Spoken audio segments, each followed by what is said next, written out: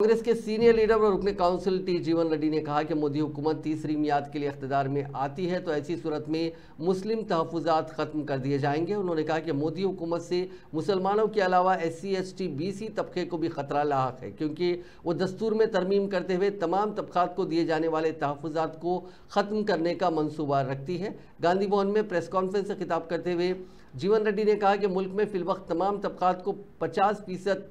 तहफ़्फ़ुज़ात फ़राहम किए जा रहे हैं, जबकि BC SC ST तबके की आबादी उससे कहीं ज़्यादा है, जिसके पेश नज़र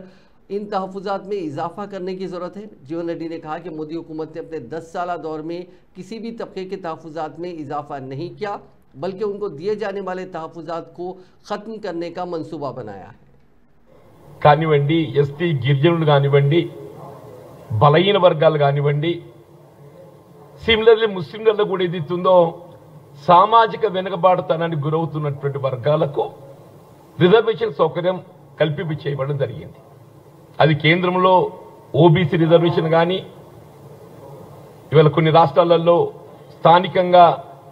రాష్ట్ర పరిధిలో అమలు చేయతలబడిన రిజర్వేషన్ కానివ్వండి కాక కానీ ఇవాళ ఇదే కేంద్ర ప్రభుత్వం NDA మరి ఇంత గొప్పగా చెప్పుకునేటువంటి నరేంద్ర మోడీ గారు EWS ఎకనామికల్ వీకర్ సెక్షన్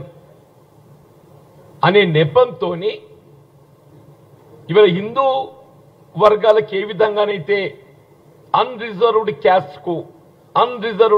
కు ఆర్థిక వెనుకబాటుతనం అనే నెపంతో ఏదైతే